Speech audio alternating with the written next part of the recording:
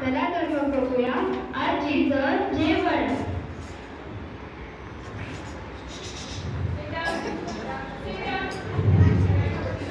भुंका मारीत म्हणाली आजी, चकास झाली पातळ भाजी, भात असा मऊ मऊ, यावर अशी आमटी छान.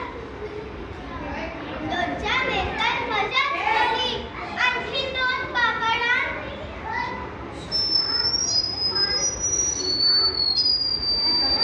आंब्यानंतर भलतीच गोडी, आण ग आणखी 5 पोळी.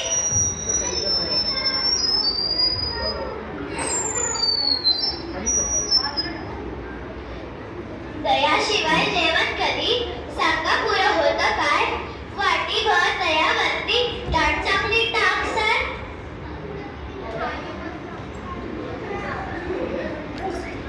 वय झालं आता माझं, फारसं जेवण जात नाही. पोट माझं बिघडेल म्हणून उगीच